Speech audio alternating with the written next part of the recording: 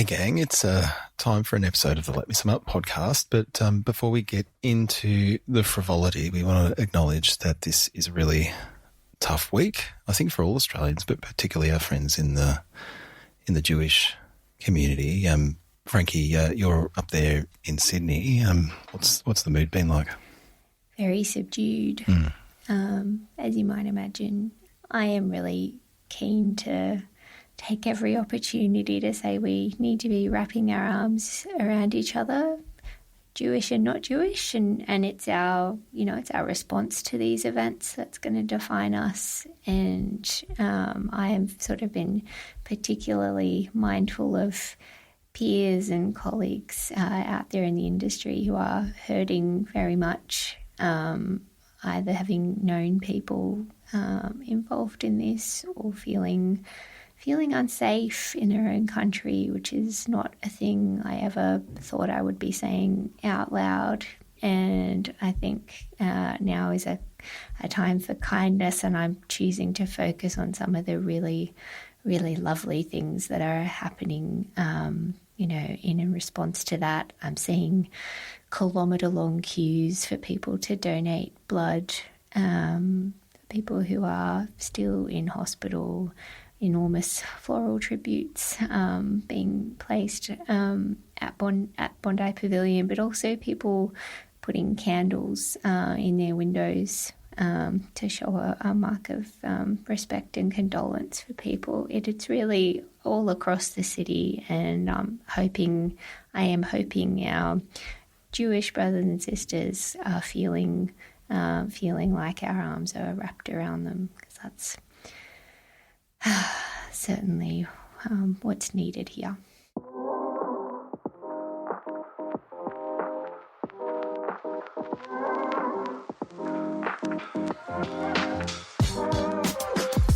This is Let Me Sum Up, your regular deep dive into recent reports on climate and energy.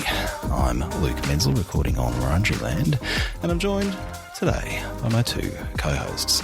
Global Vice President for Marketing and Extortion of the Let Me Sum Up podcast, Frankie Muscovich. Hello, Frankie. Good afternoon, gents. I am very privileged to be joining you from Gadigal country today. And it was not long ago I was catching up with a friend where I was initially kind of basking in the glory of having reached all possible marketing and extortion KPIs for the year, with the crowning achievement being our sort of COP exclusive with Chris Bowen. And this person said, I saw you getting cozy with Al Gore a couple of months ago. When's he coming on the podcast? I'm like, there's always another summit, Frankie. There's always another summit to aim for. So, all right. Stay hungry, Muscovich.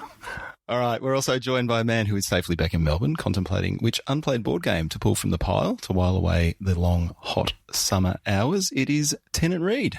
G'day, Tennant. Why, hello.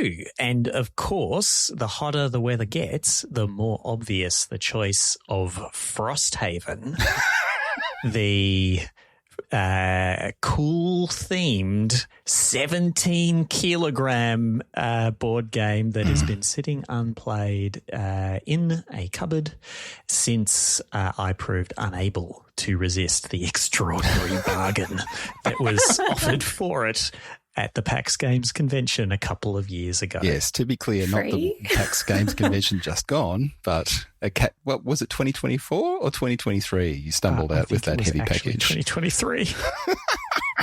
But it's like a fine wine, right, Tennant? It gets better with age. I hope that is true. And no, Frankie, not free. I think it was $150. Pound for pound. On a unit mass basis, like that's a bargain. That is a bargain. We might say the same about this very episode because on this week's show we throw out the usual format once again because there was a veritable cavalcade of climate and energy news from the last 6 weeks or so that we have not covered on the podcast. Yeah, we're not going to just cover Climate Christmas. We're getting stuck into all the great climate festivals, from Climate Thanksgiving to Climate Halloween. I'll let our faithful listeners decide which news item is associated with which festival. We're going to get through as much of it as we can, given the constraints of time and space, and the fact that our guest for the bonus content is joining us in theoretically, 49 minutes? So let's see how we go. But I think it's fair to say, at least for me, some of the items on this long list flew past me in the COP haze and the post-COP flurry. I imagine the same is true for you two, but I assume, well, we're working on the assumption on most of these items, one of us knows at least one thing about each of them, but we'll see how we go. We're about to find out. All right. Frankie Tennant, what is at the top of our list? Where should we start in this demolition derby of climate content? Well, we want to finish on an up note, so maybe we should start on a down note. I like the moniker Climate Krampus for this one. Any avid listeners get approximately 3 seconds to guess that we're referring to recent changes in positioning on the coalition side of politics federally. Well, this is where the citizens of Australia get a lump of coal for Christmas, right?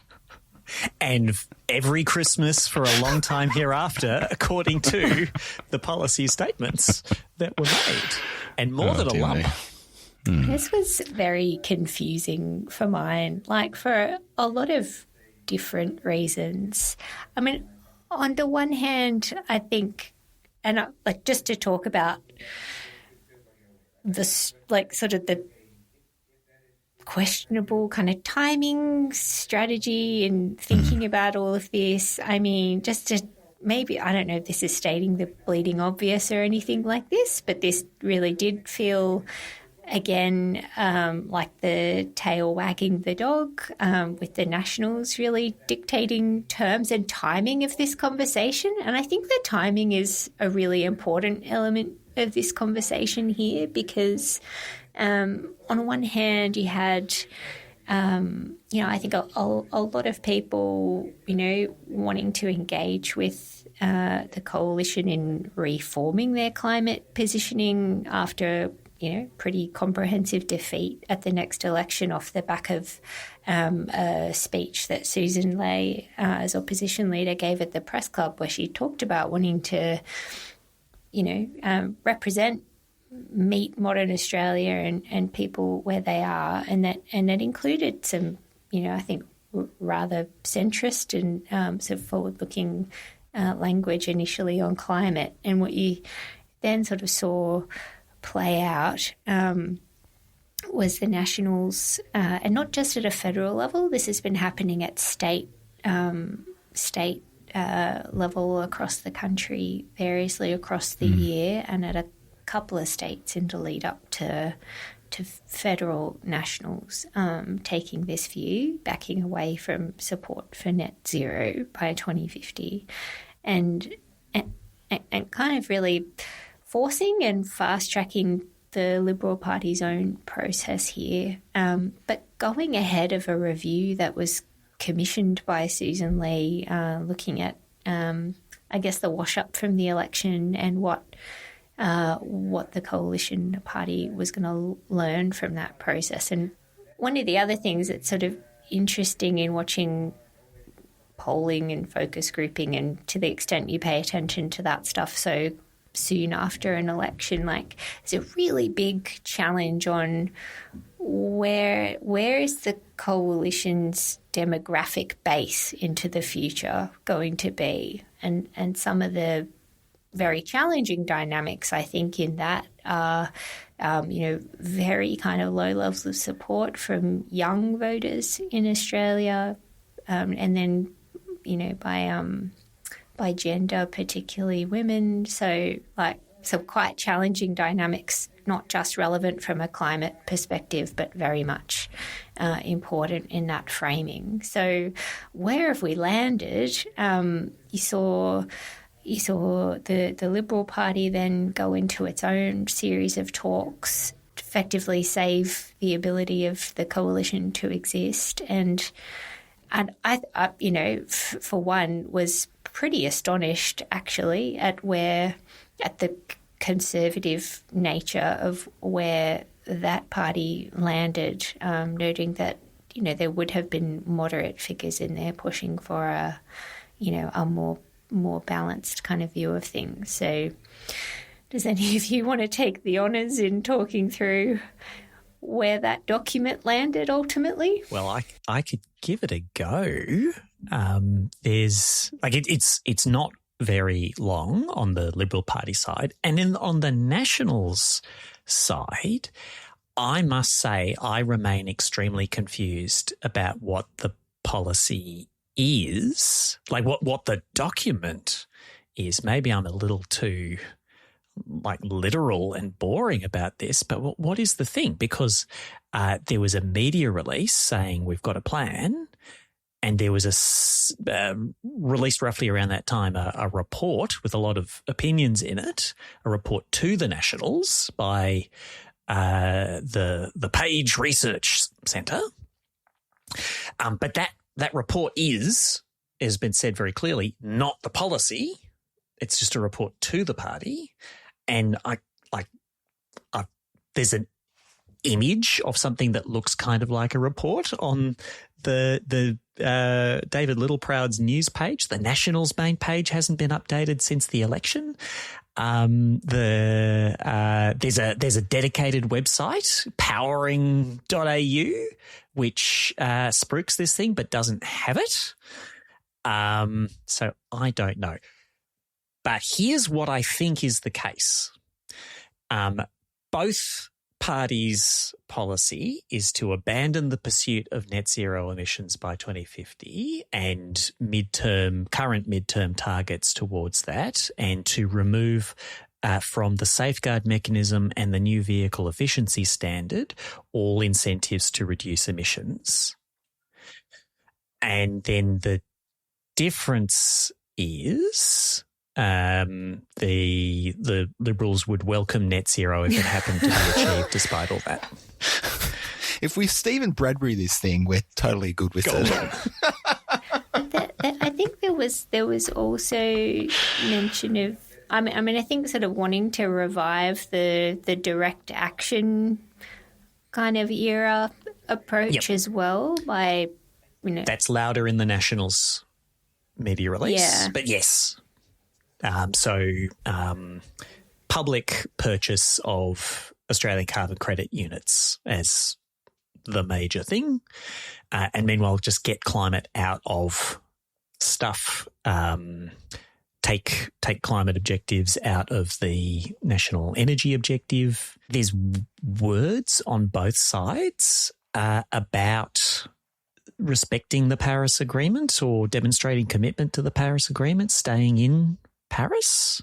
It's a little hard to tell how that would directly be the case. Noting, of course, that recently, when surveying some major recent nationally determined contributions received under the Paris Agreement, it was very hard to reconcile Russia's one with Paris. And so maybe we could brazen it out Russia style. That's a near peer economy we would wish to measure ourselves against.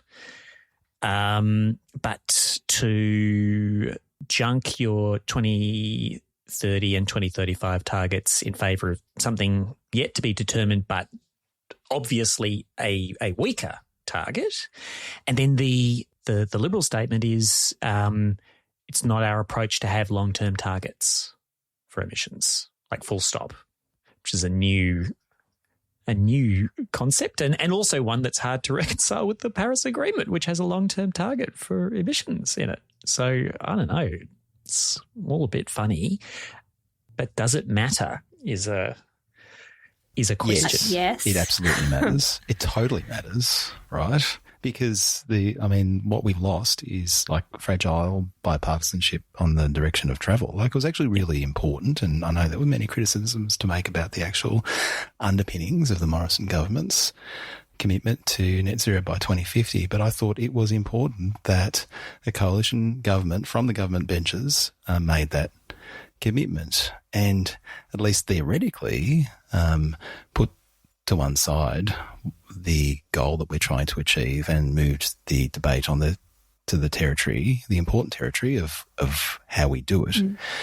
The fact that that's gone by the wayside is incredibly unhelpful. Probably self-harming, although it's very hard to predict how the politics of energy and climate will play out over the next decade. You can imagine an election cycle where the electorate was red hot with anger about, skyrocketing energy prices or something like that, and this could actually work for them. Right. So I think it's too simplistic to say, well, they've lost Middle Australia. It's, who knows what ups and downs we'll go through in this conversation over the next little while. But it's certainly true that this conversation that has taken place within the coalition and within the respective parties is pretty untethered from reality. It became an argument over a hashtag. Yeah. It seems like some of the key antagonists in the conversation don't actually even understand what net zero means, but they're having a visceral reaction to the concept. And one thing that I really wanted to call out was the rhetoric that was coming from some individuals referring to Labor's net zero policy. Just a little fact check here from the Let Me Sum Up podcast. It was a coalition government that signed up to the Paris Agreement, and it was a coalition government that committed the country to a net zero target. And so, in what universe? Why wasn't I informed of this? In what universe is this Labor's net zero policy? ScoMo was the John Curtin of the 21st century. Oh dear me! It just makes everything that much harder. It probably doesn't work for them, particularly in the inner suburbs. But as I say, there's many a slip between lager and lip. We'll have to see how the next few years play out. I mean, I think what they could well be counting on is the fact that the macro environment is challenging right now. That's been the case the last couple of years. We're in a period of really sticky inflation.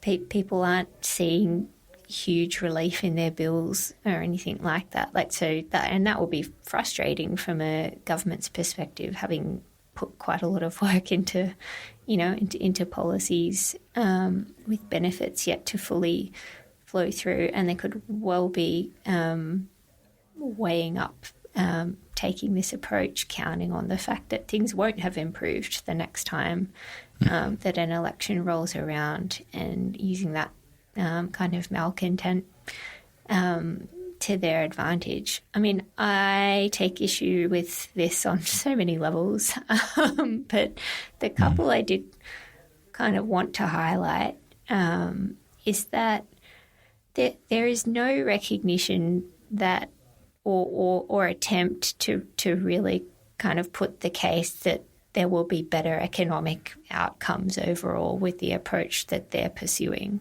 Like, there is no recognition of the fact that, okay, well, you're giving up net zero. So what level of climate change are we okay with accepting? And how are we proposing to deal with the costs that will result from the increases in natural disasters and other climate-related impacts that will, hit the country's bottom line over that time? Like, there is no kind of rationalising of the consequence of failing to meet net zero and what that implies from an economic perspective, let alone an equality, fairness, intergenerational equality perspective. So I take issue with it on that front. The other thing I'm also concerned about, and I think, we can look at examples in terms of previous federal governments, but also state governments that have been in power for long periods of time without an engaged opposition on particular issues, is I think you get worse policy without an opposition that can hold a government to account, or that can engage in a robust but respectful debate, in pursuit of shared policy objectives. This is bad for the country when we are now relying on one side of politics to get the job done. There was interesting intervention from the Greens after the consensus that was won amongst progressive parties on the EPBC Act reforms, which I don't think is even on our list. Oh, this is that. It is. It is. They're way down the bottom. They're the opposition now. Is that right? Well, that's right. So they're saying we're the credible opposition holding the government to account, which sounds like a real ambit claim. But when you actually take a step back and think about it and think about the parties that are actually engaging on the substance of the big issues facing the country, at least in this area, they've got a point. Unfortunately, the Liberal and the National parties aren't engaging on the substance because there's vast swathes of the substance that they refuse to acknowledge. So that is a strange place to be. Yes, it would be much, much better, as you say, Frankie, if all of the parties, particularly the parties of government in our nation's parliament, were working off the same set of facts. Krampus delivered. Crap. This won't be the last time we'll be talking about this, I'm sure. No, indeed. But let's move on. Time for Christmas. Time for Christmas. Reid, take us through Climate Christmas. Climate Christmas, of course, the annual event that occurs about this time of year every year, where under the Climate Change Act, all kinds of things get released into the wild. There is a statement to Parliament. There is advice from the CCA. There are projections about how we're doing against our targets. What struck you as you are unwrapping your presents for Climate Christmas this year, Tennant? Okay, so I may be doing some violence here, but I would say that the 2025 climate statement was the pair of sensible socks of this particular gift set. They weren't even novelty socks. Well, it was like tying a ribbon around a lot of developments that listeners of this podcast will have already heard us bang on about. So I'm going to focus on the boxes that rattled harder when I shook them. Sure. Including the annual progress report from the Climate Change Authority, which has, got a message of, yes, you've been doing some good things, but you've got to go a lot faster to achieve the 2030 and 2035 targets. Like annual emissions reductions about 2 times faster than the average of the past for 2030 and 3 times faster to hit the top end of the 2035 target range, the more ambitious end, I should say. And they have a bunch of recommendations, which already some of their hopes have been semi-achieved and semi-squished, and others are yet to be seen.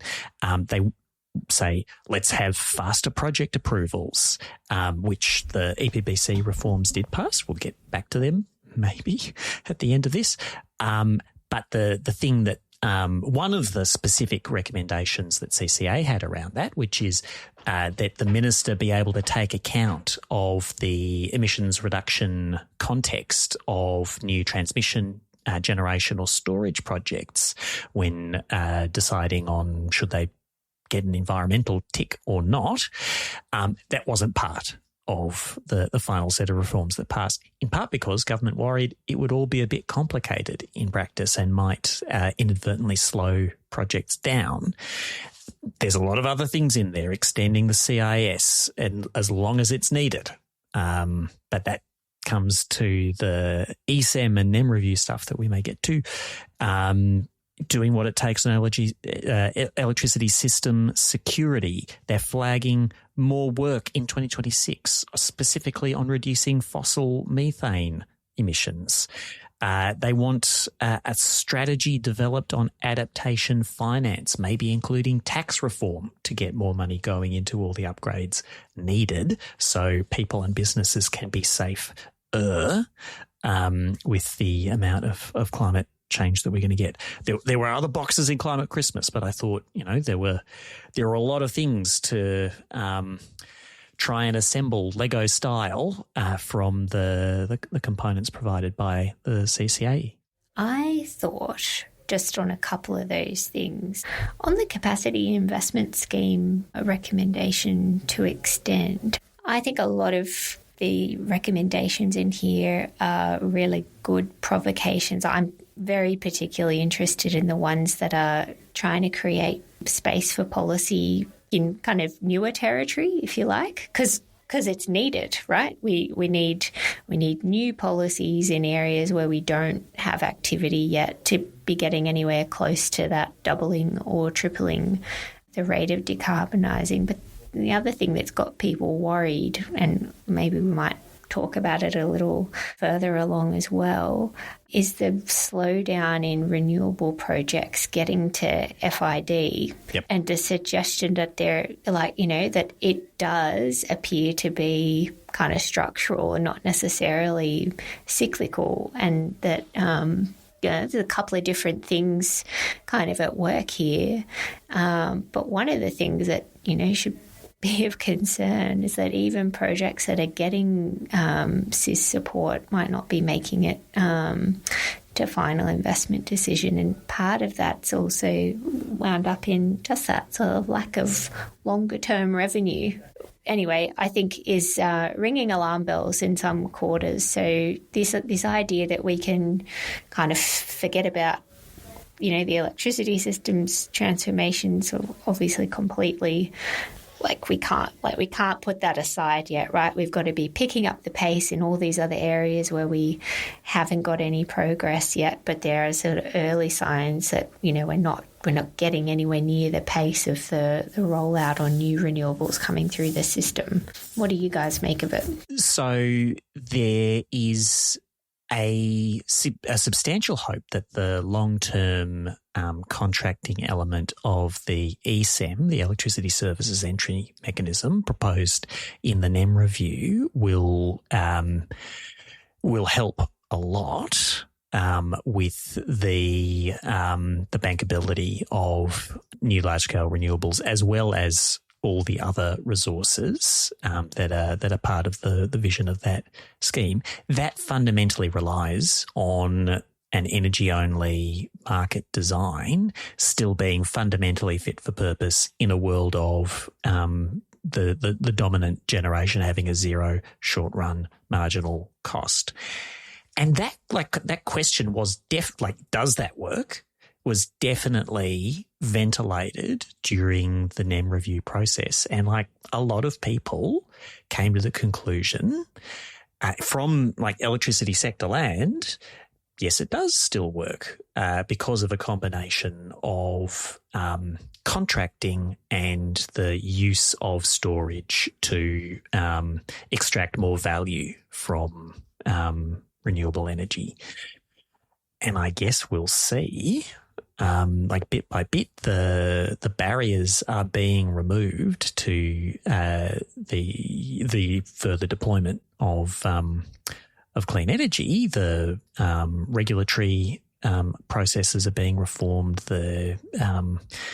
We think the market reforms are being put in place, and if it's still just not happening at the required pace, then there will be consternation and urgency in finding what more is needed to get stuff done. Something that sort of struck me looking at this was, the impact that the change of government in Queensland and the decision to move away from those coal closures is having on the out years in terms of emissions, 20 megatons higher in 2035 than in the 2024 projection. Struck me that we could be tracking very quickly towards two-speed economy, not in terms of GDP, but in terms of emissions, right? Because if you've got governments like New South Wales and Victoria that are actively and vigorously pursuing ambitious targets, I think, fair-minded observers would say that probably neither state has the policy suite to achieve their ambitious 2035 targets, but they're having a crack. Then you've got other states around the country, and Queensland and WA come to mind, which are kind of ambivalent about the whole exercise at best. Let that play out over a decade, and you end up in very, very different spots, especially considering that just because of the exposure to the resources sector that both states have, mean that they're all also starting in different places. From a national government perspective, that is quite a sticky wicket to navigate in terms of like setting a national target and tracking towards it. Like the partners you have at the state level will make a big difference. And if there are those, if we are seeing that splintering in terms of intent and seriousness, it could be a hard few years. Yeah, and so in the projections that were updated, Australia's on track more or less for 2030. Certainly on a budget basis, we're beating the 2030 emissions budget. On a point target basis, we're 1 percentage point off on the current projections. If all the stuff that's meant to be built in the electricity sector between now and then more or less is. For 2035, as you said, Luke, with the projections look a little worse than they did a year ago. And about half of that worsening is electricity and about half of it is a little less projected net sink from the land sector based on updated methods and the developments of the last couple of years, or the last 3 La Niñas in a row, feeding into a lower expected amount of sequestration there. And there's plenty else that would need to be done. So the projection is currently, rather than 62 to 70% in 2035, we would be at 48%. And I hear that's an abject failure, which the government should be covering themselves with ash and sackcloth and trailing themselves through the parliament. Well, look, that's all very well. When they're done with that, they can get on with reviewing the safeguard mechanism and the new vehicle efficiency standard, and coming up with some other ideas in addition. How ridiculous was that debate, saying, well, we're not on track for our 2035 target, so, the government is selling us a pup. Can you imagine the consternation if we were already on track for our 2035 target a couple of months after we'd set it? Yeah. However, I will say I think it's productive, because I think it is appropriate for folk with access to a microphone to point out that we're not on track, because, the government needs to be held to account. Yeah. And particularly held to account at this point in the cycle, because this is not the sort of target that can be achieved by waking up, 3 or 4 or 5 or 6 years' time and deciding some stuff and then, smashing it in the out years. A lot of the deployment that we need to do will take time to ramp up, and we need to start now. Yeah. And that's why I was sort of more particularly, I think on the energy rollout, I think just from talking to people who are in this, things that are challenging across the economy, like the cost of constructing anything has gone up a lot. Energy infrastructure is not immune from that. It's a lot of steel and concrete.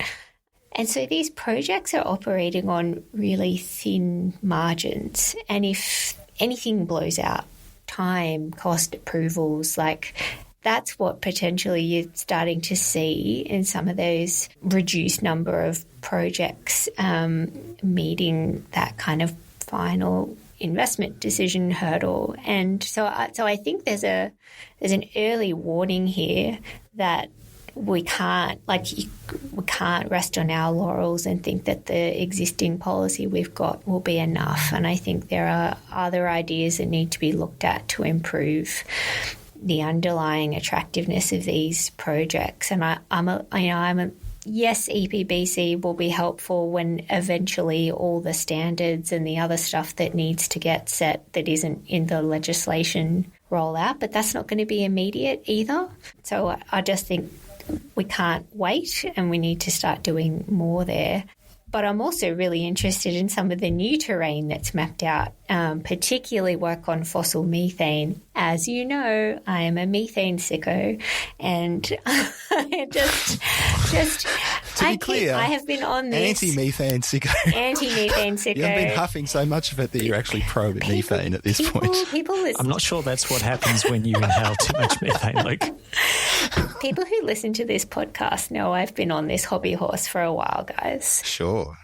No doubt there is a cavalcade of new listeners post your triumph of luring Minister Bowen onto the pod who need a little bit of context for some of this commentary. That's right. It's a very burpy hobby horse. Well, not once I've had my way with it. So, like, we need to be... Oh, God, that just sounded awful. Watch out, hobby horses. Frankie's got a cork. Don't worry. It's not the farm. Maybe two. Oh, God.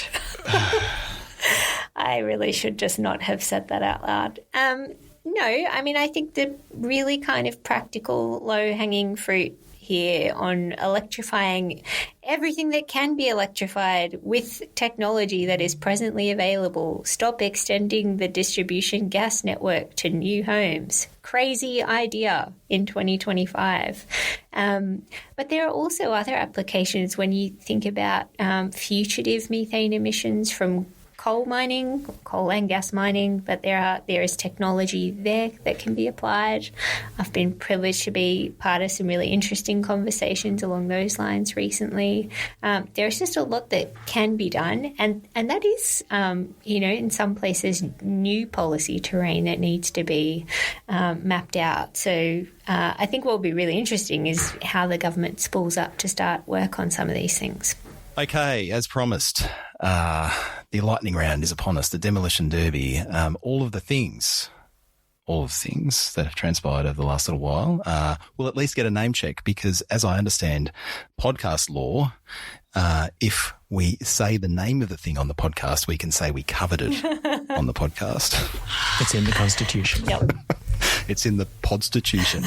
All right. We've got first thing on this list, draft 2026 integrated system plan, tenant. Oof. It's a quick one. It's easy. 30 seconds. It's highly evolutionary from the previous ISP. There's a bit less wind and transmission. There's a bit more PV and batteries. Queensland's coal forever turn is in there, and there's no compensatory changes elsewhere in the country. So it is coal in the system till 2049. Draft 2025-26 SIRO Gen Cost Report. Oof. Okay. Well, so far, none of us have been able to find more than an executive summary on CSIRO's website, given that was out today. What's not news? Renewables, still the cheapest path. What they have said that they have been requested to do more work on this time is to take a more kind of sophisticated approach across kind of system-wide costs. So they're going to be going to produce a system levelized cost of energy. How would you say that acronym? SLOCO. SLOCO sounds great. SLOCO, it is. And then I think the rest of it is pretty bloody obvious. Stop your work at CSIRO for a SLOCO SMOCO. Oh, God. Well, actually, now that that's not the only thing happening today, my EFO is out. And I don't know if you clocked that CSIRO is actually one of the bigger beneficiaries. They've got a big boost to funding, which is great to see, actually. Stay focused. 2025 transition plan for system security. Oh, right. It's your turn, Luke. My turn indeed. All right, let's talk about the AEMO's 2025 transition plan for system security, focused on New South Wales and Queensland, which both have big near-term security problems if we don't get onto them sharpish. In New South Wales, it's about Eraring's impending retirement in 2027, and in Queensland, it's more about minimum demand events, which are driven by the lack of any backstop controls over solar exports. Not likely, say EMO, but they would be high consequence. So EMO furnishes us with not just problems, but also solutions. Need to get going on syncons and gas peakers in New South Wales, say AEMO. We need to get the backstop in place in Queensland. And also we need to keep proving up grid-forming batteries for system security right across the board. All right, Tennant, tell us about the NEM Review final report. This one's easy. It's more or less the same as the draft report, except longer. Although, having seen Tim Nelson speak at stuff a few times, he kept making a thing of the government telling them they didn't like the acronym ESEM, and yet it remains ESEM in the final report. So it's like they couldn't come up with a better acronym in the end. Backbone-rich, acronym-poor nature of the Nelson Review. Okay, Energy and Climate Change Ministerial Council communique. I'll pick this one up because the NEM Review was simple. So, Energy and Climate Ministerial Council met and things are moving ahead, but they are contested and difficult. The NEM Review, everybody accepted the recommendations in principle, except for Queensland. And work will be prepared for final adoption consideration at the next ECMC in the second quarter of 2026. Emergency AEMO powers to maybe, if needed, underwrite expanded north-south pipeline capacity or LNG import terminals was agreed to be put out for consultation, except by Queensland. And if it's adopted, it will also be at the meeting in the second quarter of next year. Neither of those things could happen very well without Queensland being on board. It is like you need unanimity among NEM jurisdictions. So we will see if Queensland's concerns can be addressed, or there may be a pile-up or fragmentation next year. All right, I've got gas market review rumblings. It's kind of in the ether, but it hasn't landed yet. We don't know which version of the various competing versions of gas reservation is going to get across the line. And will the Commonwealth be buying gas? What's up with that? Nobody knows. I don't know. Nobody knows. We could speculate, but we don't have time. Home battery program recharged. Frankie. Yep. Wildly popular. Well, I mean, geez, if you don't pay attention to anything climate and energy related, this is the thing that you probably can't avoid hearing about because it's more billions of dollars, many billions, poured into the five space. extra billion. So wildly subscribed, very popular policy. They are tweaking the design, though. I think they're sort of saying a little bit of perverse outcomes in the sense that because the subsidy applied over the capacity of the system, you could, like bigger systems ended up being cheaper than smaller ones. And so the thinking was it was sort of then even the fact that it's not means tested was meaning that you presumably get wealthier households going for bigger batteries. So this is about making it a little fairer. So wildly popular. And what will be interesting, and I think this sort of goes to extending the program as well, is like just the impact that's going to have on the broader system conversation as well, in terms of then what are the implications of doing a bunch more behind the meter for all the other on-grid work that is still going to be necessary, but sort of striking that balance while you're seeing a huge kind of unprecedented uptake of behind-the-meter storage. Yep. We gave the Minister a free kick on this on the last episode, so I will just say the government's policies in this space a little bit over-indexed on one technology. Love me a battery, but it's not the only thing that we should be supporting the rollout of. They're so cheap. They're so cheap, Luke. Cheaper every day. Cheap schmeep. Electric car discount reviewed. Oh, well, that's a spot. Oh no, it's not my turn, but I am interested. Take it. Seize the electric cars, Frankie. Well, I'm the sort of gone in 60 seconds. budget my EFO watcher. This has been expensive, and a bit controversial to different folks out there. Various people exercised saying this is the least efficient way to get the policy outcome. It's cost, I think, $1.5 billion in avoided tax take so far, I think is the contention. So I guess what they're saying is it's going to be reviewed. I'll channel Alison and say there's a difference between a wide-scale deployment policy and an industry building policy. And I think the argument for this is it's industry building. But anyway, we also have, as was foretold at the very bottom of this list, just a rounding error in the reform agenda, the EPBC Act reforms. And they were big. There were lots of them. It was like a copious set of changes, very contentious. It's finally happened 5 years on from the initial recommendations. And even as we speak, consultation is underway on eliciting or elaborating the first two of the national environmental standards, which, among other things, will be the foundation for the much hoped for by some people, including me, apotheosis of single touch approvals, where people wanting to build a thing will need the say-so of one government through one process, not two. We'll see if we get there, but if we do, this will be a big part of it. On the climate front, one of the most important changes that was made late in the piece was to subject land clearing of land that had not been cleared for at least 15 years to environmental approval. So that previously that was just deemed to be a continuing land use that predated the EPBC and wouldn't be disturbed by it. And now it's up for judgment. So potentially another bit of a break on the rate of clearing of forested land in Australia. And that's a wrap. 2025 summed up. I'm tired, guys. I don't know about you. It's been a big one. Yeah.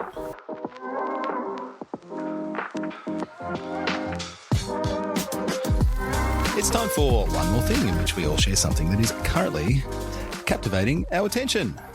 Frankie, what have you got? Well, I see I've been allocated to Spruik, our holiday special. It's not a very naturalistic. Oh, sure. Really? The gloves are off, mate. It's like almost Christmas. There's no veneer of, smooth programming here. I just, having started on my little methane hobby horse, before I dive into the holiday special, I'm sneaking in my Can't tufa. stop gas bagging. You really can't. I can't. I'm sorry. I'm not sorry.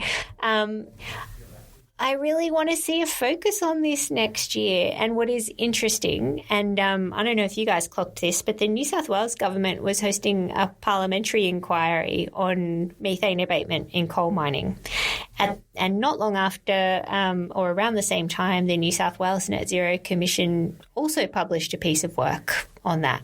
So it does feel like there's a little bit of a drumbeat in New South Wales on that front, with the EPA potentially looking to regulate that. So like that plus safeguard could make for, an interesting set of circumstances around that. And hopefully you'll start to see some action in that space. It's not super simple, but equally nothing that can't be worked through. So I just couldn't help but shoehorn that in right there at the end. Well, luckily we're not under time pressure, but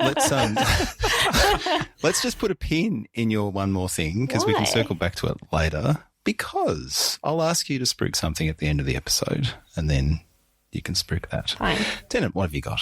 I want to spruik something, which is that in the not-too-distant future, the Night of Nights, Day of Days, Pod of Pods, the Wonky Awards 2025 will be our next full episode, in which we debate our favourite paper of 2025. And you, dear listener, might have a favourite paper of 2025. And if you do, you should make your opinions known to us at letmeSumUp.net, preferably with a voice note And if there's a paper that you feel like giving a particular push along to, then let us know. If there's a paper that you thought was particularly awful this year, we do not conduct a Razzie-style paper mocking fest, so just keep that one under your hat. Well, now you've just elicited a bunch of feedback on that front by mentioning it, Tennant. Yes. I think the papers that weren't so good, we were probably mean enough to them on the actual episodes we covered them. We don't need to circle back around to give them another kick. Okay. My one more thing is an innovation for the Let Me Sum Up podcast. We usually go dark over January, and we mostly will be doing that now, but there's been an idea sort of brewing for a little while, which is the idea of a summer reading club. And what the hell? We're just going to do it. So this summer we'll be releasing an episode on a book by Jessica Green, Existential Politics, Why Global Climate Institutions are Failing and How to Fix Them. I came across a interview with Jessica on a podcast several months ago. We'll check that in the show notes if you're interested in what it's all about, and trying to get your head around whether you might like to read this book. But essentially, I'm interested to read this because I've been thinking a lot about wherefore to global climate institutions and focus, given some of the fragility that is apparent in the COP process. And this book is kind of about that, coming from the angle of, critiquing the way that institutions have approached climate governance, a focus on measuring, reporting, and the trading of emissions. Green reckons that we should be much more focused on the finance system, on the taxation system, and on trade institutions so that we can shift the economic incentives and imperatives associated with climate change, and that would be much more effective than the approach that we've taken to date. Interesting, possibly controversial. Alison Reeve has signed up for the book club. Tennant signed up for the book club. Frankie, have you signed up for the book club? I don't think I've been asked, but I'm asking you now. Given the teaser, I mean, I think I'm likely to enjoy that read, so count me in. Yeah. All right. I think I'm going to hate it. I march forward with a song in my heart and teeth ready to grit. So we will include a link to that book in the show notes if you want to read along at home. You break out an incredibly worthy book on the beach to lord it over friends reading romance novels or whatever. Yeah, you should go around and kick sand in their faces, dear listeners. You too can avail yourself of that content. I won't be on the beach, Luke. You've seen my pallor. All right, we are almost done, but every fortnight after the show, we record a bonus episode called There Is Too Much, in which we grab a frou-frou cocktail and cover something we didn't have time for on the main show. That sounds pretty good, Luke. I know the way to your heart, Tennant. But please jump in, tell us what we're covering this week, because there's a little bit of unfinished business on the sector plan front, right? Well, that's right. And this week we live off the land, or I don't. No, maybe not. We roam around the land saying, is there a plan here? And who better to tell us whether there is or isn't a plan for the land sector and agriculture? Okay, no spoilers. Than the great Steve Hatfield-Dodds, who is a land sector knower and a long-standing climate wonk. And it's a cracker of a discussion. Yes, we are committed to covering each and every sector plan on the BoCo between now and the end of the year. This is 5th of 6. That would suggest that the 6th will emerge sometime between now and 11:59 p.m. on the 30th of December. But that is our commitment to you. And people who haven't been keeping track at home will have to wonder what part of the Australian economy could possibly be left to plan for. But if you have been keeping track, then you know. So for this week's BoCo and future BoCo, run. Don't walk to letmesumup.net. You can find the Support LMSU tab on the top of the page. Via that route, you will find your way to our Patreon and you will get access to all kinds of frivolity and the fortnightly bonus content. All right. That is our show for today. This podcast was edited by energy professional and podcast tragic Mark Spencer from Here Media Studio. Frankie, you like promoting things. What would you like to promote today? I do. There is one more very important poll or opportunity for you to tell us what we should do before the end of the year. Those of you fabulous folks who have listened to us for a little while know that before we take a little break, and in this year it'll be to go and read that book, we watch a movie together. And the last couple of years we've watched movies that are climate focused and in some cases recently released, in other cases classics.